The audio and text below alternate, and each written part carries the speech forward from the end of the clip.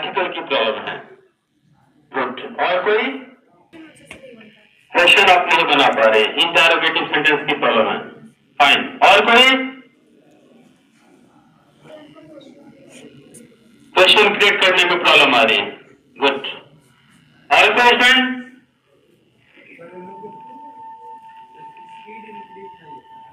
Speed आप नहीं कर पा रहे, स्पीड नहीं बढ़ पा रही आपकी। और कोई यस क्वेश्चन में प्रॉब्लम है। फाइन। आपको भी क्वेश्चन बनाने में प्रॉब्लम आ रही है। और कोई आपको भी क्वेश्चन में प्रॉब्लम आ रही है। और क्वेश्चन आप भी परेशान हैं क्वेश्चन से, आपसे भी क्वेश्चन नहीं बन पा रहा है। गुड। और कोई कुल मिला के अधिकतर बच्चों से क्वेश्चन नहीं बन पा रहा है। और क्या प्रॉब्लम है? Sit down, sit down, sit down. Okay, sit down. और कोई प्रॉब्लम है क्वेश्चन के बाद? खुल के बताओ, पढ़ाएंगे भी हम। क्या क्या कैसे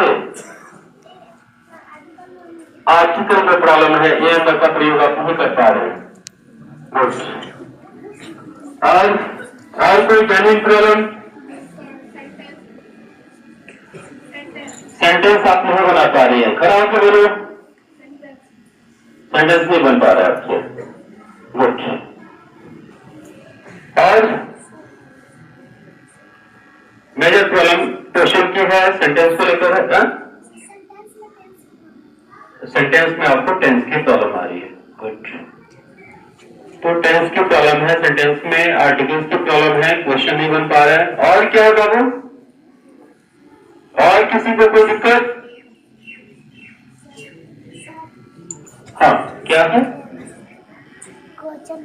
आपको क्वेश्चन बनाने में प्रॉब्लम आ रही है, आपकी प्रॉब्लम सॉल्व करेंगे हम। क्या है बाबू? टेंस की प्रॉब्लम है। गुड। Okay, sit down. और कोई प्रॉब्लम नहीं है? आर्टिकल की प्रॉब्लम हो गई, सेंटेंस नहीं बन पा रहा है, तो आर्टिकल की प्रॉब्लम तो मेजर प्रॉब्लम है। देखते हैं। और क्या है? और कुछ नहीं है? बोलो। क्वेश्चन नहीं बन पा रहे, आपसे भी नहीं बन पा रहे। Okay, sit down.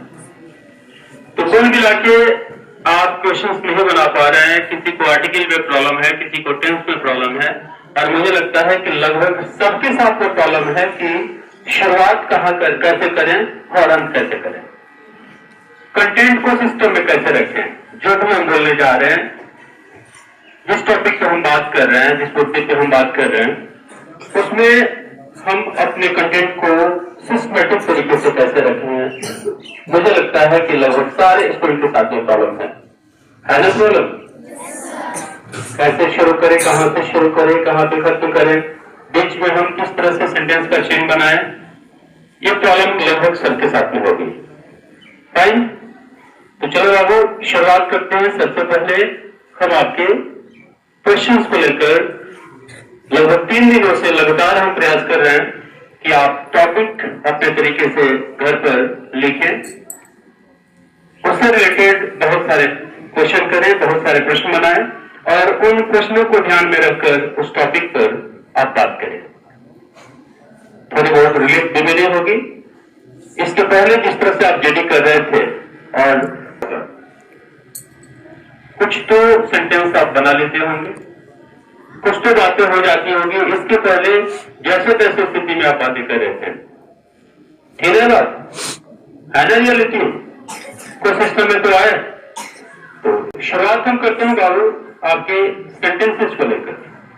मेरी बात को ध्यान से सुनोगे, अगर कॉपी है तो कोशिश करोगे। जो इंपॉर्टेंट चीजें होती है, होता क्या है स्टूडेंट कि जब भी हम स्पेशल क्लासेस के लिए बैठते हैं, तो स्पेशल क्लासेस में हमारी कॉपी पेंसिल हमेशा तैयार रहती है। सारी बातें नहीं लिखी जाती है, हमारी नोटबुक, हमारी पेंसिल हमेशा तैयार रहती है, हमेशा तैयार रहते हैं।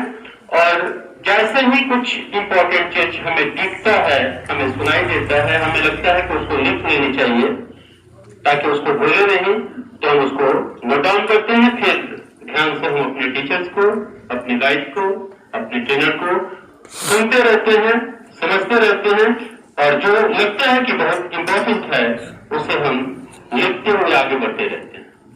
तो प्रयास एक अच्छे स्टूडेंट की ये हमेशा प्रयास रहती है कि वो अपनी कॉपी, अपनी पेंसिल हमेशा तैयार रखें, ध्यान से सुने। मैंने बताया भी आप सभी को कि जो जितना बेहतर तरीके से सुनेगा उसकी समझ उसी के हिसाब से बढ़ेगी और उसकी राइटिंग और स्पीकिंग उसी के हिसाब से होगा। तो ध्यान से सुनना है और ध्यान से सुनते हुए जो बहुत इंपॉर्टेंट आपको लगता है उस इंपॉर्टेंट पॉइंट को नोट करते हुए पुनः कनेक्शन आपकी लिसनिंग पर होगी।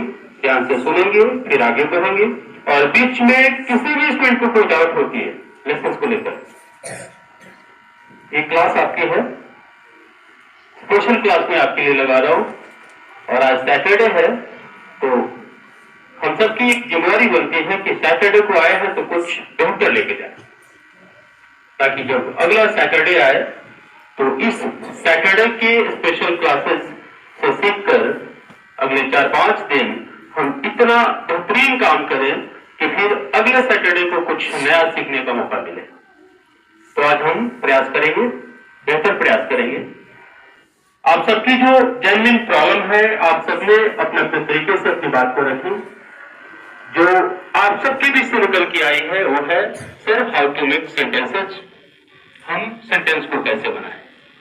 और सेंटेंसेज बनाने के साथ साथ जो सबसे इंपॉर्टेंट आपके लिए है, जो आपके बीच से अधिकतर बच्चों ने अपनी प्रॉब्लम रखी कि सर हम क्वेश्चन नहीं बना पा रहे, हमसे सेंटेंस नहीं बन पा रहा है, हम डिफरेंट क्वेश्चंस नहीं कर पा रहे। कुछ स्टूडेंट ने कहा कि सर हम आर्टिकल का यूज नहीं कर पा रहे हैं, हम आर्टिकल को सही से यूज नहीं कर पा रहे। कुछ का फर्क था कि सर टेंस में प्रॉब्लम आ रही है। तो सारी समस्याओं का हल हम स्टेप बाय स्टेप करेंगे। आज हम आपको क्या सिखा दे, आपको क्या लगता है, आर्टिकल पर फोकस करें, इंटरोगेटिव पर फोकस करें, या फिर आपके टेंस पर फोकस करें। आप क्या सीखना चाहते हैं? टेंस सीखना चाहते हैं, आर्टिकल सीखना चाहते हैं, या फिर इंटरोगेटिव सेंटेंस सीखना चाहते हैं? आप डिसाइड कर लीजिए। क्योंकि एक पर फोकस सेंटेंस बनाएंगे तो सेंटेंस में सब्जेक्ट का अहम रोल होता है, ऑब्जेक्ट का अहम रोल होता है, और सब्जेक्ट ऑब्जेक्ट को हम कभी आर्टिकल से अलग नहीं कर सकते। तो आज हम सीखेंगे आर्टिकल। फाइन, आज का स्पेशल क्लास आर्टिकल पर होगा। अब ध्यान देना है, गौर से सुनना है। रिटन तो हमेशा करते आए हैं, आज ध्यान से सुनिए मेरी बात को। जरूरत पड़े तो आप उसको नोट करेंगे। स्टूडेंट, आर्टिकल को एडजेक्टिव से ली गई है, लगभग सब पढ़ रहे हैं। स्टैंडर्ड 1 टू हायर क्लासेस सबने पढ़ा है नाउन, सबने पढ़ा है एडजेक्टिव।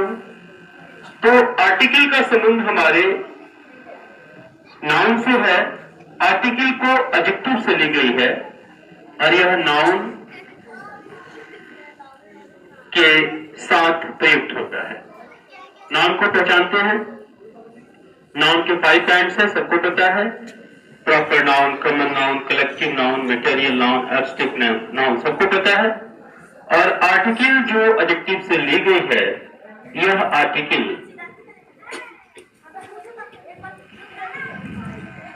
एडजेक्टिव के 10 भेद है। उन 10 भेदों में एक डिटरमिनर्स भी है। यहाँ डिटरमिनर्स के पुनः 10 भेद होते हैं। बाबू चूंकि 2 पार्ट में हम लोग एडजेक्टिव को बांट के पढ़ते हैं। पहला पार्ट हमारा होता है डिस्क्रिप्टिव और दूसरा होता है डिटरमिनर्स। तो डिटरमिनर्स के 10 भेद है, और उन 10 भेदों में चूंकि उतने डिप में भी आपको लेकर नहीं चलेंगे, जो काम की चीज है उस पर फोकस करेंगे। उन 10 भेदों में हमारा एक भेद आर्टिकल भी है। आर्टिकल के तहत 3 शब्दों का आप अध्ययन करते हैं। 3 शब्द पढ़ते हैं, ए, एन और द। प्रयोग के लिहाज से आर्टिकल को 2 वर्गों में बांटा गया है, डेफिनिट और इनडेफिनिट। डेफिनिट में द है और इनडेफिनिट में ए और एन है। डेफिनिट के तहत जो व आता है उसका इस्तेमाल अलग अलग तरीके से होता है। इंडेफिनिट के तहत जो हमारे दो शब्द आते हैं ए एंड एन, इनका भी प्रयोग अलग अलग तरीके से होता है। तो आज सबसे पहले हम इंडेफिनिट को सीखने का प्रयास करें, उसके बाद फिर हम चलेंगे डेफिनिट पर। आपने पढ़ा होगा नाउन, और नाउन में आपने पढ़ा होगा singular countable noun. Singular countable noun standard 2, 3, 4, 5, 6 सब में पढ़ाई हुई है ना। सिंगुलर काउंटेबल नाउन वह नाउन जो सिंगुलर के साथ साथ काउंटेबल है। अनकाउंटेबल भी सिंगुलर होता है, ध्यान रखेंगे। अनकाउंटेबल में हमारा मटेरियल और एब्स्ट्रैक्ट है जो सिंगुलर है, ऑलवेज सिंगुलर है। हम बात कर रहे हैं सिंगुलर काउंटेबल नाउन की, उस नाउन की बात कर रहे हैं जिसकी गिनती हो जाए और सिंगुलर हो। सिंगुलर काउंटेबल नाउन के साथ हमेशा इंडेफिनिट आर्टिकल का प्रयोग होता है। कहा जाता है कि जहां सिंगुलर काउंटेबल नाउन है वहां निश्चित रूप से इंडेफिनिट आर्टिकल आता है। व्याकरण में तो भी चर्चा है कि जिस तरह से जल के बिना मछली नहीं, उसमें इंडेफिनिट आर्टिकल के बिना सिंगुलर काउंटेबल नाउन नहीं। तो जहां सिंगुलर काउंटेबल है वहां ए एन का प्रयोग करना ही है। अगर आप नहीं करते हैं तो जिस सेंटेंस में उस सिंगुलर काउंटेबल नाउन का इस्तेमाल करेंगे वो सेंटेंस गलत होगा। सिंगुलर काउंटेबल नाउन, अब हम लोग यहां बैठे हैं, यहां हाई बेंच दिखाई दे रहा है तो हाई बेंच में बेंच है। क्लासरूम में क्लास है। आप स्टूडेंट्स हैं तो स्टूडेंट्स में अगर स्टूडेंट की बात करें, एक स्टूडेंट की बात करें, हम रूफ की बात करें, पिलर की बात करें, गार्डन की बात करें, माइक की बात करें, स्केच की बात करें, सबकी गिनती है ना। हम गिन सकते हैं ना कि एक sketch, 3 pillars, classroom, 1 classroom, 3 classrooms कर सकते हैं ना। तो गिनती तो हो रही है। तो जो सिंगुलर काउंटेबल है, जो सिंगल है, जो वन है, वो सिंगुलर है। इसके साथ में प्रोनाउंसिएशन के आधार पर, उच्चारण के आधार पर, हिंदी में आपने कंसोनेंट और वॉवेल्स पढ़ा है, स्वर और व्यंजन पढ़े होंगे। तो जब भी हम आर्टिकल का इस्तेमाल सिंगुलर काउंटेबल नाउन के पहले करते हैं, यानी इंडेफिनिट आर्टिकल जब सिंगुलर काउंटेबल नाउन के पहले आता है, तो उस सिंगुलर काउंटेबल नाउन का प्रोनाउंसिएशन हम हिंदी में लिखते हैं। और हिंदी में प्रोनाउंसिएशन लिखने के बाद उसका पहला वर्ड, पहला अक्षर हम देखते हैं कि वो स्वर है कि व्यंजन है। अगर स्वर है तो उसके पहले एन का प्रयोग करते हैं, और यदि व्यंजन है तो उसके पहले ए का प्रयोग करते हैं। अब काऊ है, हम एग्जाम्पल लेते हैं काऊ का। काऊ का जब प्रोनाउंसिएशन लिखेंगे हिंदी में तो काऊ में का यानी का क्या है, कॉन्सोनेंट है, व्यंजन है, इसलिए काऊ के पहले अकाऊ, ए काऊ। फाइन। ठीक उसी तरह से एलिफेंट लिखेंगे। एलिफेंट में ई आता है, ए क्या है, स्वर है कि व्यंजन? तो स्वर है यानी वॉवेल है, तो एलिफेंट के साथ में एन लगा देंगे। ऐसे ही हमारा डॉग है, DOG में, डॉग में ड क्या है, कॉन्सोनेंट है, और डॉग क्या है, सिंगुलर काउंटेबल है, तो डॉग के पहले ए लगा देंगे और डॉग। तो यहां हमें सिंगुलर काउंटेबल नाउन पर ही फोकस करना है। अपने मन में इस बात को फिक्स कर लो कि जहां सिंगुलर काउंटेबल नाउन है वहां ए एन प्रोनाउंसिएशन के आधार पर लगाना ही होगा। अगर हम ए एन का प्रयोग नहीं करेंगे तो वो सिंगुलर काउंटेबल नाउन जिस वाक्य में आएगा वो वाक्य गलत होगा। क्लियर हो गया? Singular countable noun A N के बिना, इंडेफिनिट आर्टिकल के बिना अधूरा होता है, अपूर्ण होता है, गलत होता है। वो जहां भी आएगा, जिस सेंटेंस में आएगा, अगर उसके साथ में ए एन नहीं है तो वह सेंटेंस गलत है। वही कॉलम बन जाता है सेंटेंस के लिए। क्लियर? तो सिंगुलर काउंटेबल नाउन को इंडेफिनिट आर्टिकल के बिना आप किसी भी सेंटेंस में नहीं रखेंगे, चाहे सेंटेंस के वो सिंगुलर काउंटेबल नाउन सब्जेक्ट के रूप में आए या ऑब्जेक्ट के रूप में आए, उससे कोई फर्क नहीं पड़ता। अगर वाक्य में आएगा, अगर सेंटेंस में आता है और अपने साथ में एन नहीं देता, अगर आपने नहीं दिया है उसको, तो आप कंफर्म हो जाओ कि आपने वो सेंटेंस गलत बनाई है। जैसे आई हैव डॉग, ध्यान देना, आई हैव डॉग। अब इसमें आई हैव डॉग, हमने डॉग तो किया, डॉग सिंगुलर काउंटेबल नाउन है, लेकिन उसके पहले आर्टिकल तो लगाया ही नहीं। आई हैव डॉग, और डॉग के पहले तो ये तो दिखाई नहीं दे रहा है, न सुनाई दे रहा है, ऐसा लग रहा है, तो सेंटेंस हमारी गलत हो गई। आई हैव डॉग गलत है, आई हैव अ डॉग सही होगा। ठीक वैसे ही आई हैव एलिफेंट, एलिफेंट तो मिल गई, क्या है सिंगुलर काउंटेबल, और ये सिंगुलर काउंटेबल नाउन होने के बावजूद भी एन नहीं दिया, आपने उसको नहीं दिया एन, तो नहीं दिया तो सेंटेंस तो आपने गलत बना दी। आई हैव एन एलिफेंट, समझ में आ रही कि नहीं? आपको ज्यादा कुछ नहीं सोचना है, ज्यादा टेंशन में नहीं रहना, बस एक शब्द अपने दिमाग में सेट कर लो। नाउन सबको आती है, सिंगुलर काउंटेबल नाउन आप सिलेक्ट कर सकते हैं, पहचान सकते हैं। सेंटेंस में आप बुक भी करोगे, कंटेंट जब आप पढ़ना शुरू करोगे, तो सेंटेंस में कहीं भी सिंगुलर काउंटेबल नाउन दिखेगा तो उसके पहले एन देना जरूरी है। अगर सेंटेंस में एन नहीं दिखता है, इसका मतलब कि वह सेंटेंस हमारा गलत है उसी एन के कारण। क्लियर होगा कि नहीं? सिंगुलर नाउन में हमारा अनकाउंटेबल भी होता है, मिल्क है, वाटर है, वो सिंगुलर नाउन है, लेकिन सिंगुलर काउंटेबल नहीं है, वो सिंगुलर अनकाउंटेबल नाउन है। और अनकाउंटेबल तो हमेशा सिंगुलर होता है, इसलिए इस तरह के टर्म का इस्तेमाल नहीं करेंगे। सिंगुलर अनकाउंटेबल नाउन ऐसा टर्म नहीं लगेगा, केवल अनकाउंटेबल नाउन बोलेंगे। अनकाउंटेबल नाउन बोलने का मतलब होता है कि जिसकी गिनती नहीं हो सकती, जिसको मापा तोला जाता है, तो उसके पहले हम लोग एन का प्रयोग बाबू नहीं करेंगे। एब्स्ट्रैक्ट नाउन और मटेरियल नाउन सबको पहचान में आती है ना, एब्स्ट्रैक्ट नाउन और मटेरियल नाउन। तो एब्स्ट्रैक्ट नाउन और मटेरियल नाउन के पहले एन का प्रयोग गलती से भी नहीं करोगे, और कॉमन और कलेक्टिव नाउन को गलती से भी नहीं छोड़ोगे एन लगाना। कॉमन और कलेक्टिव नाउन को यदि आपने एन नहीं दिया तो आप बहुत बड़ी गलती कर दिए, और ये जो मटेरियल और एब्स्ट्रैक्ट को आपने एन दे दिया तो भी बहुत बड़ी गलती कर दिए। किसको नहीं देना है? मटेरियल और एब्स्ट्रैक्ट को आप एन नहीं देंगे, और कॉमन कलेक्टिव को एन के बिना नहीं छोड़ेंगे, उसको देना ही है। क्लियर हुआ? एन क्लियर हो गया बाबू?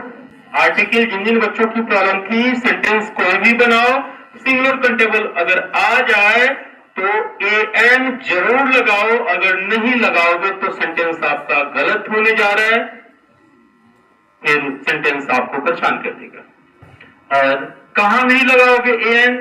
आप नहीं लगाओगे अनकाउंटेबल के साथ में। और दूसरी चीज बाबू, प्लूरल काउंटेबल समझते हैं ना, प्लूरल नाउन, इसकी गिनती होती है, जो एक से अधिक होता है उसको प्लूरल बोलते हैं। तो प्लूरल काउंटेबल नाउन के साथ में भी गलती से एन का प्रयोग नहीं करना है। एन का प्रयोग अनकाउंटेबल नाउन तथा प्लूरल काउंटेबल नाउन के साथ में नहीं होता है। क्लियर हो गया? समझ पा रहे मुझे? मेरी बात समझ में आ रही है? तो बोलते समय क्या ध्यान देना है? प्लूरल काउंटेबल होगा तो एन नहीं लगाएंगे, अनकाउंटेबल होगा तो एन नहीं लगाएंगे, और सिंगुलर काउंटेबल होगा तो एन के बिना उसको नहीं छोड़ेंगे, वहां एन देना ही होगा। क्लियर हो गया? तो मुझे नहीं लगता है कि एन का प्रयोग करते समय आप ज्यादा कंफ्यूज होंगे। जब प्रैक्टिस करेंगे, लगातार प्रैक्टिस करेंगे, गलती होगी आपसे, गलती नहीं करेंगे तो नहीं सीखेंगे, गलती करना भी जरूरी है, तो गलती होगी तो सीखेंगे। अब इसमें क्या है, एन का प्रयोग तो आप सीख लिए। अब आपके मन में होगी कि सर आप द के विषय में बताइए कि हम द का प्रयोग कैसे करेंगे। तो जनरल एन का प्रयोग 2 स्टेप ध्यान रखना है। पहला स्टेप सिंगुलर काउंटेबल नाउन होगा तो एन लगा देंगे, और यदि सिंगुलर काउंटेबल नाउन नहीं है उसके बाद दुनिया का कोई भी नाउन आए तो वहां पे एन का प्रयोग नहीं करना है। बस एक को बचा दो, सिंगुलर काउंटेबल नाउन, उसके साथ में आप एन लगा दो, उसके बाद दूसरे को कभी मत देना एन। ना अनकाउंटेबल नाउन को देना है, ना प्लूरल काउंटेबल नाउन को देना है, तो दूसरा कोई बचता ही नहीं है। अनकाउंटेबल नाउन और प्लूरल काउंटेबल नाउन के बाद कुछ बचता है? बचता है बाबू, वो है प्रॉपर नाउन। तो प्रॉपर नाउन के साथ में एन का प्रयोग कुछ कंडीशन में करते हैं, अभी हम आपको कंफ्यूज नहीं करेंगे, पहले आप सीख लीजिए, तब हम बताएंगे कि प्रॉपर नाउन के साथ में भी एन का प्रयोग हम करते हैं। स्पेशल केस में करते हैं, उसका स्पेशल मीनिंग हो जाता है, लेकिन बात की चीज है पहले हम चलना सीख जाएं, बाद में स्पेशल काम करेंगे। तो एन क्लियर हो गया? आप कुछ बोल नहीं रहे? क्लियर हो गई? मुझे जी हजूरी भी पसंद नहीं है, तो ध्यान रखो जी हजूरी नहीं। अगर कंसेप्ट क्लियर हो गया तो बताओ कितने बच्चे हैं हैंडसअप जिनकी कंसेप्ट क्लियर हो गई? सिंगुलर काउंटेबल नाउन को पकड़ लेंगे सेंटेंस में। अगर सिंगुलर काउंटेबल नाउन को आप पकड़ लेंगे तो पकड़ के उसको एन दे दीजिए, आपका सेंटेंस बिल्कुल सही हो जाएगा। ओके, फर्स्ट ऑफ अब हम आते हैं डेफिनेट आर्टिकल में द का प्रयोग कहां करेंगे। ध्यान देना है बाबू, एन का प्रयोग तो आप सीख लिए। अब इस दुनिया में जितनी भी यूनिक चीजें हैं, गौर करो, इस दुनिया में जितनी भी यूनिक चीजें हैं एक्सेप्ट अ पर्सन, एक व्यक्ति को छोड़कर, केवल एक व्यक्ति को छोड़ देना है। व्यक्ति से जुड़ा हुआ स्थान होता है, कुछ स्थान के साथ इस्तेमाल भी करते हैं। व्यक्ति और स्थान को छोड़कर इस ब्रह्मांड की जितनी भी यूनिक चीजें हैं, स्पेशल है, जिसका सेकंड कॉपी नहीं बना है, जिसकी दूसरी कॉपी नहीं बनी है, जिसके जैसा दूसरा नहीं है, उसके साथ में निश्चित रूप से द का प्रयोग करना है। अब देख लो, हमें रोशनी मिलती है सूरज से, तो सूरज का इंग्लिश सन के पहले द लगा दोगे। शीतलता मिलती है चांद से, तो चांद के साथ में हम क्या लगाएंगे? मून के साथ में द लगाएंगे। हमें सब कुछ मिलता है धरती से, तो धरती के लिए क्या है? अर्थ है, इंग्लिश द अर्थ होगा। तो जितनी भी यूनिक चीजें हैं जिसकी कोई सेकंड कॉपी नहीं है, उसके साथ में आप द लगा देखो। ये पहला पॉइंट है, क्लियर? ये फर्स्ट पॉइंट है। उसके बाद हमारे बीच में क्या है, क्योंकि हम अलग अलग कैटेगरी में बटे हुए हैं, धर्म के हिसाब से, जाति के हिसाब से बटे हुए हैं, बांटे गए हैं। तो जितने भी धर्म के हिसाब से हमारी जो विधान है, हमारे धर्म के हिसाब से हमारा जो रूल रेगुलेशन है, उसके लिए स्पेशल हमारे पास ग्रंथ है। तो जितने हमारी धार्मिक ग्रंथ हैं, चाहे हम जिस धर्म से जुड़े हैं, तो चाहे हम इस्लाम को मानते हैं या हम सनातन हिंदू को मानते हैं, जैन या बौद्ध को मानते हैं, तो जितने भी हमारी धार्मिक पुस्तकें हैं, उन धार्मिक पुस्तकों के साथ में द का प्रयोग कर देना है। मैं एन की बात नहीं कर रहा हूं, द की बात कर रहा हूं। तो रिलीजियस बुक्स के साथ में क्या करेंगे आप? धार्मिक पुस्तकों के नाम के साथ में, सबको पता है ना कि गीता है, कुरान है, बाइबिल है, गुरु ग्रंथ साहिब है कि नहीं?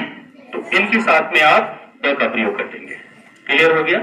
धार्मिक ग्रंथों के साथ में। और धार्मिक समुदाय, अब अलग अलग, हम हिंदू हो गए, वो मुस्लिम हो गए, वो सिख हो गए, वो ईसाई हो गए, तो इन धार्मिक जो कम्युनिटी है, जो रिलीजियस कम्युनिटी है, इस कम्युनिटी के साथ में भी हम द का प्रयोग कर देते हैं। तो हमारा कम्युनिटी भी द ले लिया और हमारा बुक्स भी द ले लिया। क्लियर? अब कम्युनिटी की बात कर दिए और हम अपने रिलीजियस बुक्स की बात कर दिया। अब इसमें भी हम जातियों में बटे हुए हैं, छोटे बड़े जातियों में बटे हुए हैं। तो हमारी जितनी जातियां हैं, उन सारे जातियों को द देते हैं। द राजपूत, द ब्राह्मण, the Bhumihar and many more. जितनी भी जातियां हैं, उन सारी जातियों को हम क्या दे देते हैं? क्लियर हो गया? तो जाति को हमने द दे दिया, धर्म को भी हमने द दे दिया, और धार्मिक समुदाय को भी हमने द दे दिया। कोई दिक्कत है? प्रैक्टिकल समझ में आ रही है? तो हमारा जाति, हमारा धर्म, हमारी संप्रदाय दल ऐसा है। क्लियर? इस ब्रह्मांड की जितनी यूनिक चीजें हैं सबको आपने दे दिया। किसको छोड़ना है? व्यक्ति और स्थान को छोड़ना है। अब राम के साथ में, कृष्ण के साथ में, सुदामा के साथ में, महावीर के साथ में, गौतम के साथ में हम द नहीं लगाएंगे। ये नाम है। जगह में छपरा, पटना, दिल्ली, कलकत्ता, मुंबई, मद्रास के साथ में हम द नहीं लगाएंगे, एन का प्रयोग नहीं करेंगे। फाइन। तो हमने स्थान को रखा और व्यक्ति को रखा केंद्र में। व्यक्ति और स्थान को बचा देना है, इनको कोई आर्टिकल नहीं देना है, ये अपने में पूर्ण है। फाइन। व्यक्ति और स्थान अपने में पूर्ण है, इनको अपनी पूर्णता के लिए, अपने एक्सप्लेनेशन के लिए किसी आर्टिकल की जरूरत नहीं पड़ती है। फाइन। ये अपने आप में कंप्लीट है, इसलिए इनके पहले किसी आर्टिकल की जरूरत नहीं होती है। इतना तो क्लियर हो गया? स्पष्ट हुआ? जाति, धर्म और धार्मिक ग्रंथ आपको दे देना है। क्लियर हो गया? अब हम बाहर निकलते हैं बाबू। इसके बाद इस धरती पर जितनी चीजें हमने बनाई है, हमने मतलब आदमी ने बनाया, इस धरती पर जितनी भी चीजें आदमी ने बनाया और वो अलग है, एकदम भीड़ से अलग है। ताजमहल तो हमने बनाई ना? अरे हमने नहीं बनाई, हम जैसे लोग मिलके बनाए। तो Taj Mahal, Lal Qila, Qutub Minar, gateway of India, हवा महल, चीन की दीवार, ये सब बनी है ना इस धरती पर? क्या ईश्वर ने बनाई? आदमी ने बनाई? तो इस धरती पर जितनी भी चीजें बनी हैं हमारे माध्यम से, जिसको आदमी ने बनाया, जो अलग है उसके साथ में का प्रयोग कर देना है। कर देंगे? द रेड फोर्ट, द हवा महल, the gateway of India, the Taj Mahal, कर देंगे द कुतुब मीनार। कोई दिक्कत है? समझ में आ रही है मेरी बात? धर्म को आप दे देंगे आर्टिकल, धार्मिक समुदाय को दे देंगे, धार्मिक पुस्तक को दे देंगे, और जो आप और हम मिलकर बनाए हैं इस धरती पर यूनिक चीजें जो भीड़ से अलग है, उसको भी क्या देंगे हम? कोई दिक्कत है? इन सारी चीजों के अलावा और भी हमने क्या बनाई बाबू? हमने ट्रेन बनाई, बस बनाई, सड़कें बनाई, महल बनाया हमने। तो हमने बनाई तो हम तो इसको देंगे ही। अब अगर ये भीड़ से अलग नहीं है, कॉमन है, तो आपके पास में दो विकल्प है। आप इनको सामान्य तरीके से भी रखोगे तो इनको एन दे देना, चूंकि ये कॉमन नाउन में आ जाएंगे, रोड कॉमन नाउन है ना। तो इनको द कब देना है और इनको एन कब देना है, यही सीखना है आपको। अगर इन्हें आप स्पेशल तरीके से रखेंगे तो इनके बाद ध्यान देना है कोई प्रीपोजिशन आ जाए, कोई प्रीपोजिशन, ये सामान्य चीजें जो हमने बनाई है, अगर इनके ठीक बाद कोई प्रीपोजिशन आ जाए या इनको हम पास्ट में रखेंगे, अगर ये पास्ट में जाएंगे या इनके साथ कोई प्रीपोजिशन आ जाए, तब इस केस में इनके पहले तक का प्रयोग करना है। बस जो कॉमन नाउन जिसको हमने अपने तरीके से, अपने सुविधा के हिसाब से बनाई, अगर ये अपने ठीक बाद प्रीपोजिशन ले ले, प्रीपोजिशन में ऑफ है, इन है, आफ्टर है, बिफोर है, इस तरह से बहुत सारे प्रीपोजिशन है, तो इनके ठीक बाद यदि प्रीपोजिशन आ जाए तब इनके पहले तो लगा देना है। या इनका प्रयोग यदि पास्ट टेंस में किया जा रहा है तब इस केस में भी द का प्रयोग करना है। फाइन। ये दो कंडीशन आपके बीच में होती है, उसके बाद तो सब कॉमन कंडीशन है। सिंगुलर कंटेबल नाउन है तो आपको एन ही लगाना है।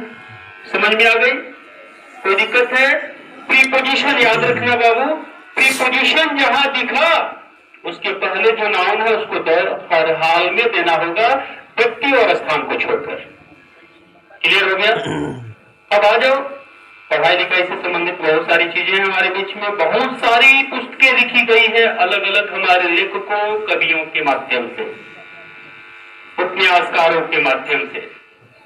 हमारे बीच में बहुत सारी क्रिएशंस हैं, बहुत सारी रचनाएं हैं और उन रचनाओं के हमारे अलग अलग टाइटल हैं। तो याद रखना, हमारे कवि, हमारे लेखक, हमारे उपन्यासकार जो भी लिखे हैं हमारे लिए, जो भी रचना किए हैं, वो किसी न किसी टाइटल के साथ में हमारे बीच उपलब्ध है। अगर हम उन पुस्तकों को, उन ग्रंथों को, उनकी रचनाओं को हम अपने सेंटेंस में रखेंगे तो निश्चित रूप से उनके साथ द का प्रयोग करेंगे।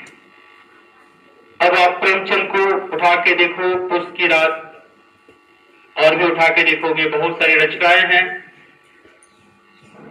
उन रचनाओं के साथ में सामान्यतः द का प्रयोग होता है। बस अपने दिमाग में रखो कि इस पृथ्वी पर जितने भी क्रिएशंस स्पेशली एजुकेशन के लिए हुई है, शिक्षा के लिए हुई है, एजुकेशन के लिए हुई है, उनका कोई न कोई टाइटल है। गीतांजलि हो गया, उसकी रात हो गया, कादम्बरी हो गया, और भी कुछ हो गया, तो उसके पहले आप क्या करेंगे? द का प्रयोग करेंगे। कोई दिक्कत है? बढ़ा दीजिएगा सर। कोई दिक्कत है? ये बात समझ में आ गई? अब फिर आगे बढ़े। तो ये तो ज्ञान की बात हो गई कि हमारे ज्ञान के विकास के लिए, हमारी जानकारी को बढ़ाने के लिए लेखकों ने, कवियों ने, उपन्यासकारों ने अलग अलग कृतियां रखी हमारे बीच में, अलग अलग उनकी रचनाएं आई, तो उन रचनाओं के साथ में हमने आर्टिकल लगा दिया, क्या कर दिया, फाइन। अब क्या है, हमारी रक्षा की बात होती है, हमारी सुरक्षा की बात होती है। तो हमारी रक्षा या सुरक्षा में हमारे बीच में बहुत सारे फोर्सेज हैं, जो कुछ बॉर्डर पे हैं, तो कुछ हमारे बीच में है। सिविल पुलिस है, हर स्टेट की अपनी अलग अलग पुलिस है। उसके बाद हमारी पैरामिलिट्री फोर्सेज है, फिर हमारे मेन डिफेंस फोर्सेज है, एयरफोर्स, नेवी, आर्मी है। तो सुरक्षा से संबंधित हमारी जितनी भी फोर्सेज है, जिसको हम डिफेंस फोर्सेज बोलते हैं, उन सारी फोर्सेज के साथ में द का प्रयोग करना है। The air force, the navy, the BSF, the CRPF, the ITBP and many more. कर लेंगे? कुछ रट्टा उट्टा मारना है इसमें? सुरक्षा ध्यान रखेंगे, शिक्षा ध्यान रखेंगे, पढ़ाई लिखाई ध्यान रखेंगे ना, सुरक्षा ध्यान रखेंगे। अब शरीर को ढकने के लिए जितने कपड़े हैं, आप जो भी कपड़ा पहनते हो, जो हमारा यूनिफॉर्म है, जो हमारा ड्रेस है, हम यूनिफॉर्म और ड्रेस को दोनों तरीके से रख सकते हैं, इनको भी छोड़ना नहीं है। इनके साथ में आप एन का प्रयोग भी करोगे तो गलत नहीं होगा, और द भी लगाओगे तो गलत नहीं होगा, फाइन। तो यूनिफॉर्म कॉमन है, कपड़े पहनते हैं ना, हम अलग अलग कपड़े पहनते हैं, तो बाबू यूनिफॉर्म के साथ में आर्टिकल लगाना नहीं भूलेंगे। जब भी यूनिफॉर्म, चाहे किसी भी तरह का यूनिफॉर्म है, उसका इस्तेमाल हो तो आर्टिकल मिस नहीं करना है। क्लियर हो गया? सुरक्षा से संबंधित जो भी हमारे बीच में डिफेंस फोर्सेज आएंगे तो डेफिनेट आर्टिकल का प्रयोग करना नहीं भूलेंगे। क्लियर हो गया? तो हमारी सेना, हमारी पुलिस है, उसके पहले आप द का प्रयोग कर देंगे। हमारे पढ़ाई लिखाई से संबंधित जितने भी रचनाएं हुई है, उनके साथ में आप द का प्रयोग कर लेंगे। जितने हमारे धार्मिक ग्रंथ हैं, उनके साथ में कर लीजिए। धार्मिक संप्रदाय है, उसके साथ में कर लीजिए। धर्म है, उसके साथ में कर लीजिए। कर लेंगे ना? कोई दिक्कत है? अब हम आते हैं, हम तो कपड़े हमने बनाई, महल हमने बनाई, सड़कें हमने बनाई, ट्रांसपोर्ट हमने बनाई, वो चाहे ट्रांसपोर्ट हमारा रोडवेज का है, एयरवेज का है, वाटरवेज का है, जलमार्ग है, स्थल मार्ग है, वायु मार्ग है, जहां से भी हम एक जगह से दूसरी जगह जाते हैं, वो सारे हमारा ट्रांसपोर्ट है। तो इन सारी चीजों को तो हमने बनाई, तो हमने इनको स्पेशल दे दिया। क्या दिया स्पेशल? जरूरत के हिसाब से, अगर सिंगुलर कंटेबल रहे और खास नहीं रहे तो एन हमने दिया, और यदि स्पेशल इनको हमने बनाया प्रीपोजिशन के माध्यम से या टेंस के माध्यम से, तो कुछ खास केसेस में हमने दे दिया। समझ में आई कि नहीं? अब आ जाते हैं हम अपनी दुनिया से बाहर निकलकर उस दुनिया में चलते हैं जिसको हमने नहीं बनाई। पहाड़ क्या हमने बनाई? क्या नदियां हमने बनाई? सागर महासागर हमने बनाई? क्या धरती हमने बनाई? सूरज चांद को हमने बनाया? तारा ग्रह नक्षत्रों को हमने बनाई? नहीं बनाई। जिसको हमने नहीं बनाई वो सारे स्पेशल हैं, ईश्वर ने बनाई, तो ईश्वर की हर कृति स्पेशल होती है, उसके साथ द का प्रयोग कर दोगे। क्लियर हुआ? ईश्वर ने जिसको बनाई सब स्पेशल है। क्लियर? सबके साथ में द का प्रयोग करना है। क्लियर? कोई डाउट है इसमें? याद रखोगे इसमें कुछ अपवाद है, एक्सेप्शन है। एक्सेप्शन में पहाड़ की चोटी की बात जब होगी, पहाड़ तो ईश्वर ने बनाई, चोटी भी उसने बनाई, लेकिन उस चोटी की बात होगी, पिक की बात होगी, हम तब की बात करेंगे। तो पहाड़ के चोटी के साथ में किसी आर्टिकल का प्रयोग नहीं होता है। हो गया क्लियर? पहाड़ के चोटी के नाम के साथ किसी आर्टिकल का प्रयोग आप नहीं करेंगे। तो शिक्षा से संबंधित क्लियर हो गया, ईश्वर ने जो बनाई क्लियर हो गया, हमने जो बनाई क्लियर हो गया, हमारी रक्षा से संबंधित क्लियर हो गया। कोई दिक्कत है? अब देखो हम जिस व्यवस्था में रहते हैं हमारे लिए फर्नीचर है कि नहीं? फर्नीचर, कुर्सी, टेबल, बेंच, सोफा और भी बहुत सारी इलेक्ट्रॉनिक गैजेट है, इलेक्ट्रॉनिक सामान है।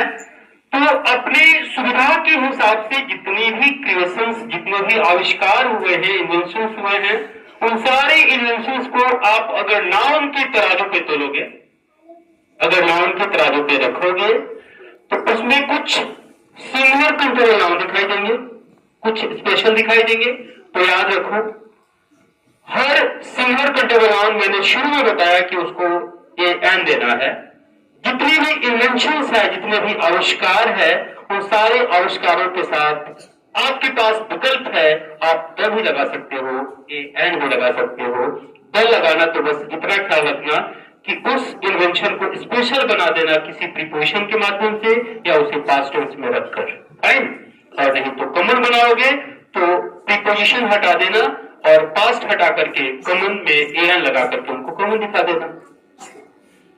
इतना अपने मन में रख लो कि इन्वेंशन, सारे आविष्कार आर्टिकल के बिना कभी भी हमारे सेंटेंस में नहीं आ सकते।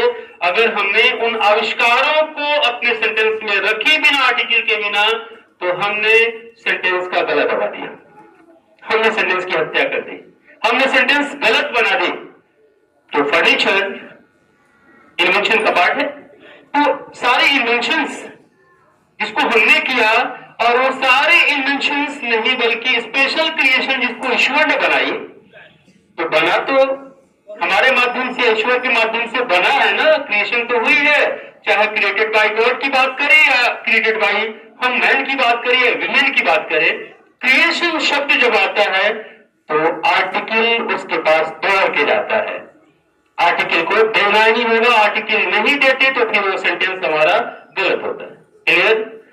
तो अपना प्रेस, अपनी सुरक्षा, अपनी शिक्षा और इस धरती पे जितने भी आप अपनी सुविधा के हिसाब से चीजें बनाई है, सड़कें, गलियां, महल, अपने लिए जो कुछ आपने क्रिएट किया, वो सबके साथ में आर्टिकल लगाना नहीं बोलेंगे। कोई दिक्कत है? कॉमन है, रट्टा मारने की चीज नहीं है, समझने की चीज है। जब समझ आपकी क्लियर हो जाएगी उसके बाद फिर हम आगे बढ़ेंगे। अब हम आगे बढ़ेंगे कि आर्टिकल का प्रयोग हम कहां नहीं करेंगे, कहां नहीं करना है, चाहे एन की बात हो चाहे द की बात हो। देखो जितनी बीमारियां हैं, ध्यान रखना, जितनी बीमारियां हैं, ऑल सॉर्ट ऑफ डिजीजेज, जितनी बीमारियां हैं, उन बीमारियों के साथ में किसी आर्टिकल का प्रयोग नहीं करना है। कैंसर, एड्स, हमारे बीच में फीवर है और अनंबर ऑफ डिजीजेज, किसी बीमारी के साथ में आर्टिकल का प्रयोग नहीं करना है। क्लियर हो गया? किसी खेल के साथ में किसी आर्टिकल का प्रयोग नहीं करना है। कोई भी खेल है उसके साथ में आर्टिकल का प्रयोग नहीं करेंगे। फुटबॉल है, क्रिकेट है, वॉलीबॉल है, बास्केटबॉल है, रग्बी है, किसी खेल के साथ में आर्टिकल का प्रयोग नहीं करना है। आर्टिकल मतलब न एन लगाएंगे न द लगाएंगे। तो खेल के साथ में नहीं लगाएंगे, बीमारी के साथ में नहीं लगाएंगे, किसी विषय के नाम के साथ में आर्टिकल का प्रयोग नहीं करना है। कोई भी सब्जेक्ट उसके साथ में आर्टिकल का प्रयोग नहीं करना है। English, Hindi, mathematics, science, geography, history, fine, किसी भी विषय के साथ में किसी आर्टिकल का प्रयोग नहीं करना है, बीमारी के साथ में नहीं करना है, खेल के साथ में नहीं करना है। तो खेल बचा देंगे, बीमारी बचा देंगे, विषय बचा देंगे जो आपके कम्युनिकेशन में बार बार आते हैं। ये तो खेल से बच जाइए, बीमारी से बचिए, और क्या विषय, इनके साथ में किसी आर्टिकल का प्रयोग आप नहीं करेंगे। कोई दिक्कत है? अब थोड़ी सी सीरियस है जहां आर्टिकल का प्रयोग नहीं करना है। Name of the day, name of the day, दिनों के नाम के साथ, नेम ऑफ द मंथ्स, महीनों के नाम के साथ किसी आर्टिकल का प्रयोग नहीं करना है। दिनों के नाम के साथ, महीनों के नाम के साथ आर्टिकल का प्रयोग नहीं करेंगे। फाइन। आपकी शुरुआत दिन से होती है, लंबा महीना चलता है, वर्ष चलता है ना स्कूलिंग में, तो आपका दिन महीना वर्ष आर्टिकल नहीं लेने वाला है। आर्टिकल नहीं देंगे दिन महीने वर्ष को। क्लियर हो गया? आप अपने विषय में आर्टिकल नहीं लगाएंगे, आपको अपने विषय में आर्टिकल नहीं लगाना है। आपको कोई बीमारी होगी तो उस बीमारी में आर्टिकल नहीं लगाएंगे। आप कोई खेल खेलेंगे तो आर्टिकल नहीं लगाएंगे। तो ना आपका खेल लेगा कोई आर्टिकल, ना आपकी कोई बीमारी लेगी, ना आपका कोई विषय लेगा, आपका ना दिन लेगा, ना आपका वर्ष लेगा, ना आपका महीना लेगा। दम कॉमन। समझ में आ गई? दिन महीना वर्ष को आर्टिकल नहीं देना है, खेल बीमारी को आर्टिकल नहीं देना है, विषय को आर्टिकल नहीं देना है। क्लियर? और क्या नहीं देना है, किसको और क्या नहीं देना है? तो आगे जो है हमारा, वो है हमारा पर्व त्योहार। हम पर्व त्योहार को भी आर्टिकल नहीं देंगे, अपने पर्व त्योहार को भी हमें आर्टिकल नहीं देना है।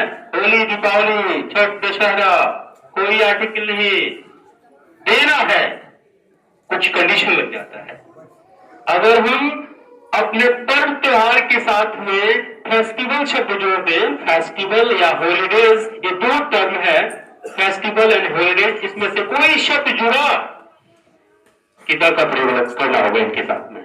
अगर केवल होली बोलेंगे तो हो गया, लेकिन होली फेस्टिवल बोलेंगे तो the Holi festival, the Holi holidays. अगर दशहरा बोलेंगे तो ठीक है, लेकिन वही दशहरा पूजा बोल दें तो the Dussehra Puja.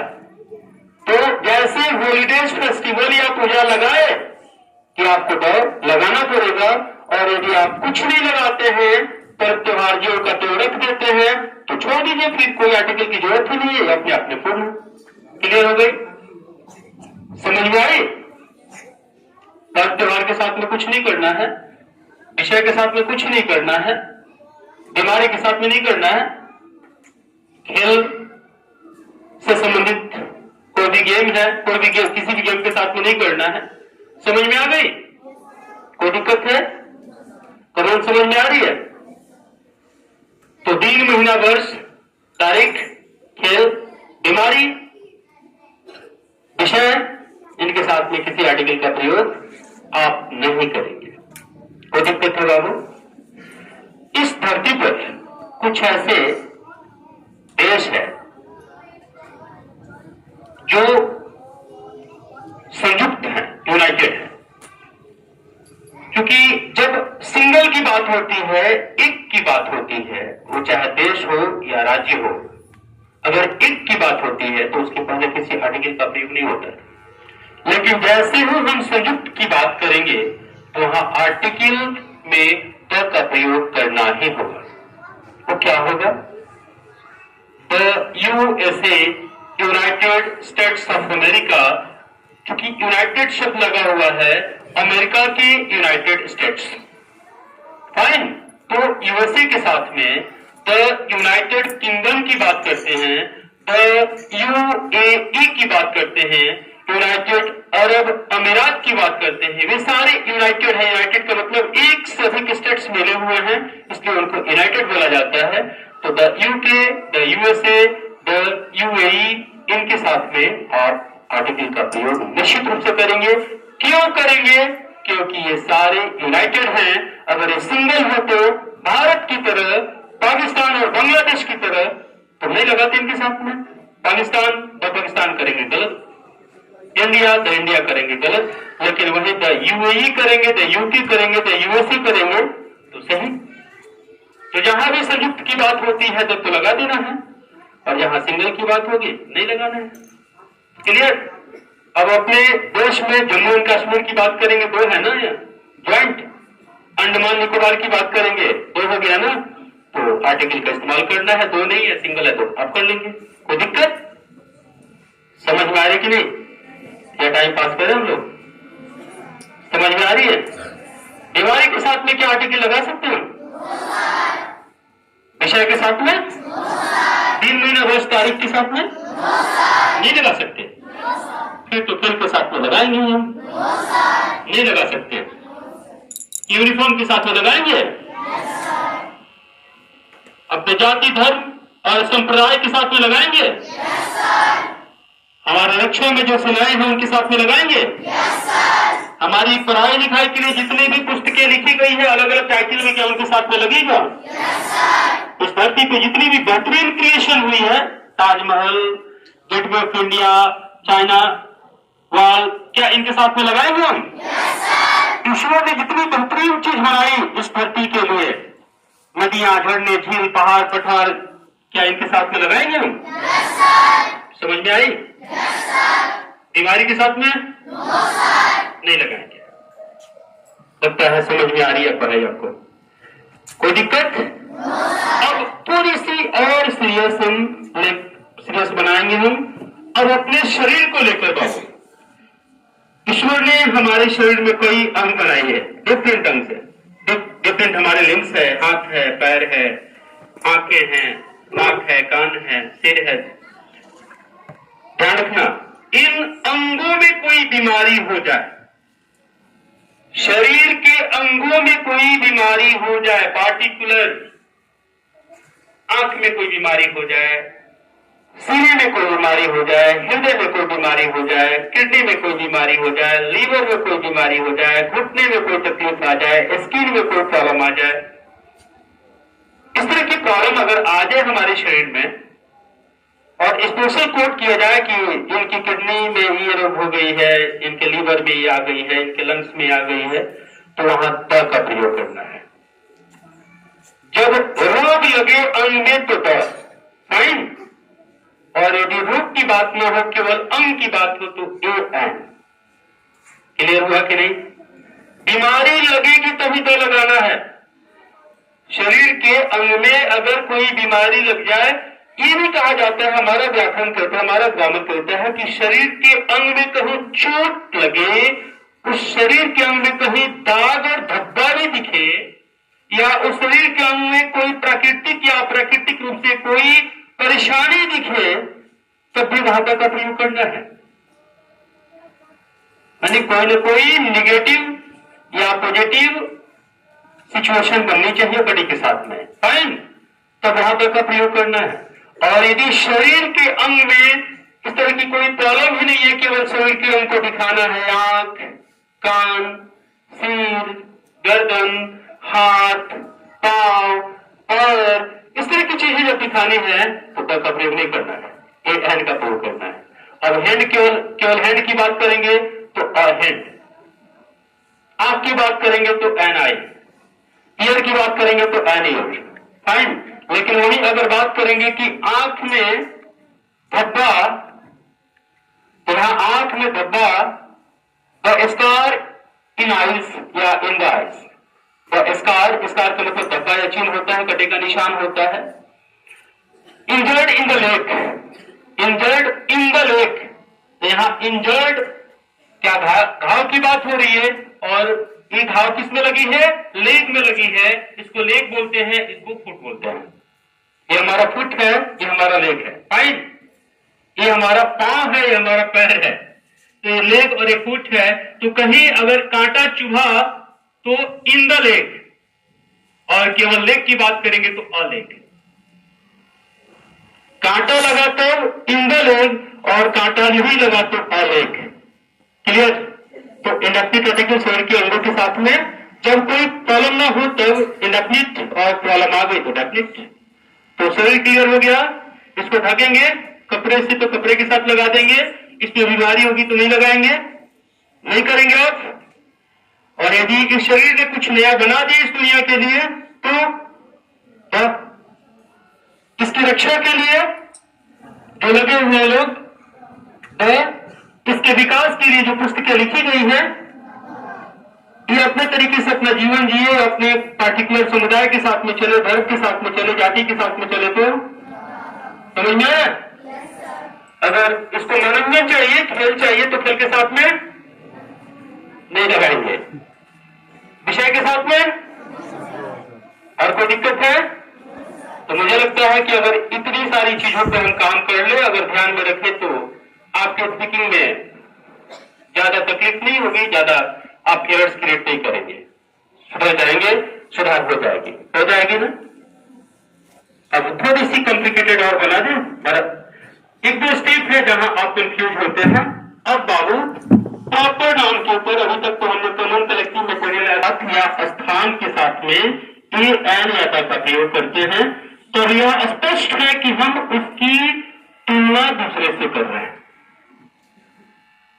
Where there is comparison between two things, जहां दो के बीच में तुलना होती है, कंपेरिजन होता है, हम कंपेयर करते हैं, एक के मेरिट की हम दूसरे से तुलना करते हैं, तो वहां हम ए एंड का प्रयोग प्रॉपर नाउन के साथ में करते हैं। जैसे राम क्या है? सिंबॉलिक,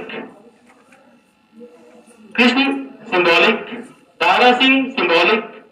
और हम इसमें बोलते हैं कि क्या नाम है आपका? संजना इस क्लास की सीता है। संजना इस क्लास की सीता है, मतलब संजना के अंदर सीता की कैरेक्टर दिखाई दे रही है। तो हम उस सीता की बात कर रहे हैं, उस राम की सीता की बात कर रहे हैं, जो सीता पवित्रता के लिए जानी जाती थी। वो चीज हमारी संजना में दिखता है, उतना ओबीडियंट है। तो यहां क्या करेंगे? Sanjana is the Sita of this class. तो हमने सीता के पहले क्या लगा दी? या Sanjana is a Sita of this class. हम देख रहे हैं। आपका नाम क्या है? उस्ताद क्या नाम है आपका? सूरज। सूरज अपने क्लास का दारा सिंह है। हम देख रहे हैं दारा सिंह वाली पावर, इनके अंदर में पावर है। Suraj is the Dara Singh of his class. तो सूरज की तुलना किससे हुई? दारा सिंह से। तो दारा सिंह को हमने द दे दिया। सूरज इज द दारा सिंह या Suraj is a Dara Singh of his class.